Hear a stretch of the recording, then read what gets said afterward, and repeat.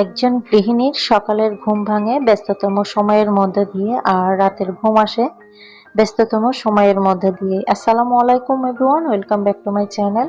আমি লিলিস ফ্যামিলিতে সবাইকে ওয়েলকাম জানাচ্ছি আরেকটা নতুন ব্লগ ভিডিও নিয়ে। আমার আজকের ভিডিওটি যে যেখান থেকে দেখছেন, আশা করি সবাই আল্লাহর অশেষ রহমতে ভালো আছেন, সুস্থ আছেন। শুকর আলহামদুলিল্লাহ, আমরাও বেশ ভালো আছি।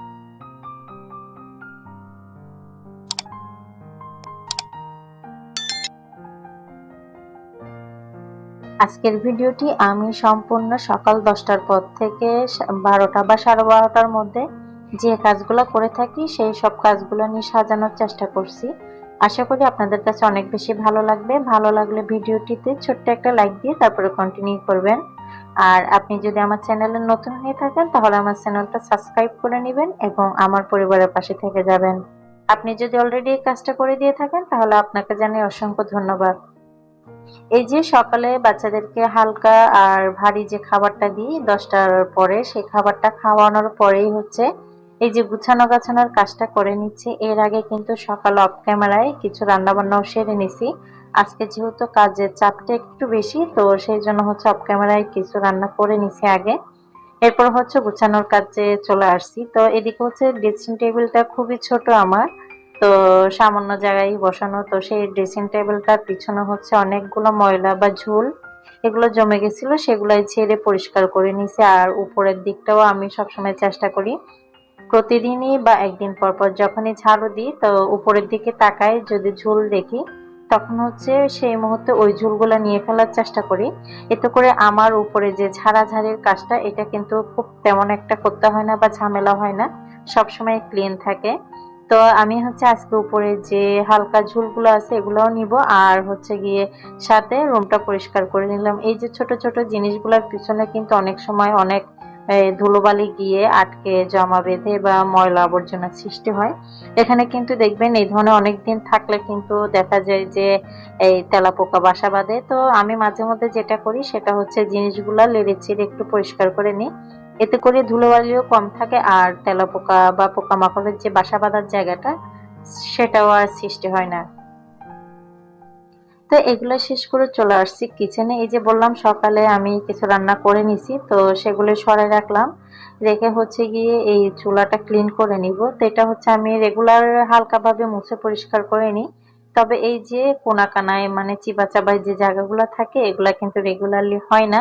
তো এটা মনে করেন সপ্তাহে বা 10 দিন বা 15 দিনের মাথায় একবার করার চেষ্টা করি। তো সেগুলাই করে নিব। তো একটু পরিষ্কার করে নিচ্ছি তারের জালি দিয়ে মেজে ঘষে। এই জিনিসগুলো আমরা যদি নিয়ম মেনে বা একটা রুটিন রেডি করে যদি করার চেষ্টা করি তাহলে দেখবেন যে কোনো ঝামেলা হয় না, বা একসাথে যে কাজের প্রেশারটা ওটাও কিন্তু পড়ে না।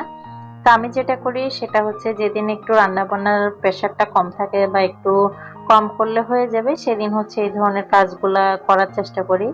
আর তাছাড়া কিন্তু এই কাজগুলো আমার রেগুলারলি থাকে, যেমন ঘর ঝাড়ু দেওয়া, উপরে ঝাড়াঝুড়া, আবার চুলো পরিষ্কার বলেন। এই যে যেহেতু বাচ্চা আছে তো পরিষ্কারের কাজটা আমি বলবো যে আমার জন্য রেগুলারলি থাকে, এটা আমার কোনো ব্যাপার না।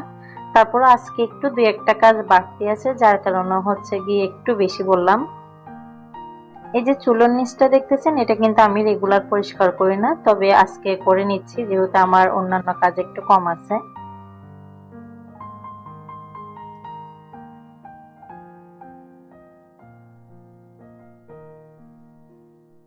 চুলাটা পরিষ্কার করার পরে হচ্ছে এগুলো আমি অফ ক্যামেরায় ধুয়ে নিছি, নেওয়ার পরে হচ্ছে চুলাটা আবার রেডি করে দিয়ে দিচ্ছি।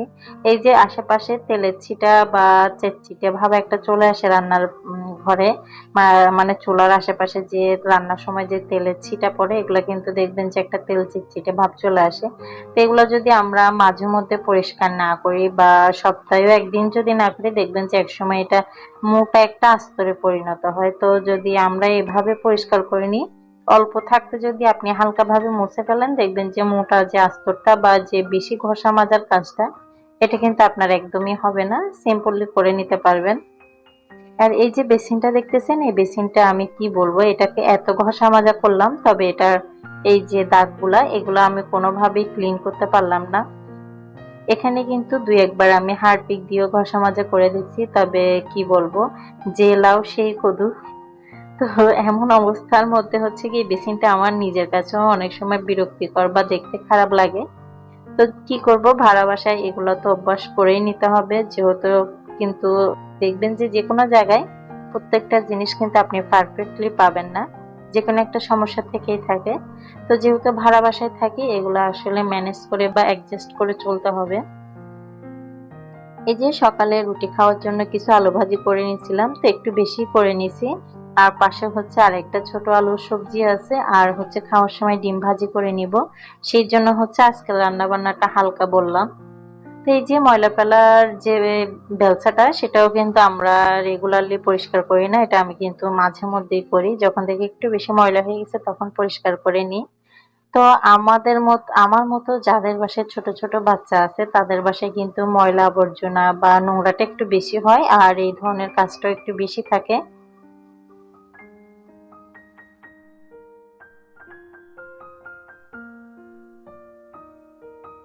আমার প্রিয় আপুরা ভাইয়ারা সবার উদ্দেশ্যে বলতেছি, আমি অনেক সময় বলে থাকি যে আমি যেহেতু এই প্ল্যাটফর্মে নতুন বা কাজ করার অভিজ্ঞতা খুবই কম সময়ের, তো যদি কথায় বা কাজে কোনো ভুল ত্রুটি হয়ে থাকে সবাই ক্ষমা সুন্দর দৃষ্টিতে দেখবেন। তো আজকে যেহেতু একটু ঝাড়াঝাড়ির কাজটা করছিলাম সেই জন্য হচ্ছে একটু ডিটারজেন্ট পানি দিয়ে মুছে নিচ্ছি, সাথে ডেটল দিয়ে নিছি। তো দেখা যায় অনেক সময় আমরা যখন উপরে ঝাড়াঝাড়ি করি তো নিচে ধুলটা একটু বেশি জমে পড়ে, তো সেই জন্য হচ্ছে আজকে সবকিছু একটু ক্লিন করে নিচ্ছি ভালোভাবে।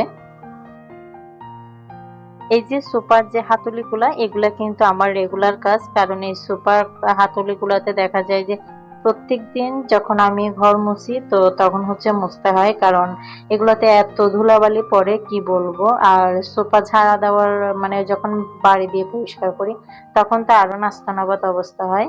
তারপরে এই যে টি টেবিলটা দেখতেছেন এটাও কিন্তু আমার রেগুলার পরিষ্কার করতে হয়, কারণ আমার বাচ্চারা এটার উপরে হাঁটবে খেলবে, আবার খানা খাবে বা রুটি নিয়ে বা পরোটা নিয়ে এটার উপর ডলাডলি করবে, অনেক অত্যাচার যায় এই টেবিলের উপর, কি বলবো এটার কথা আর।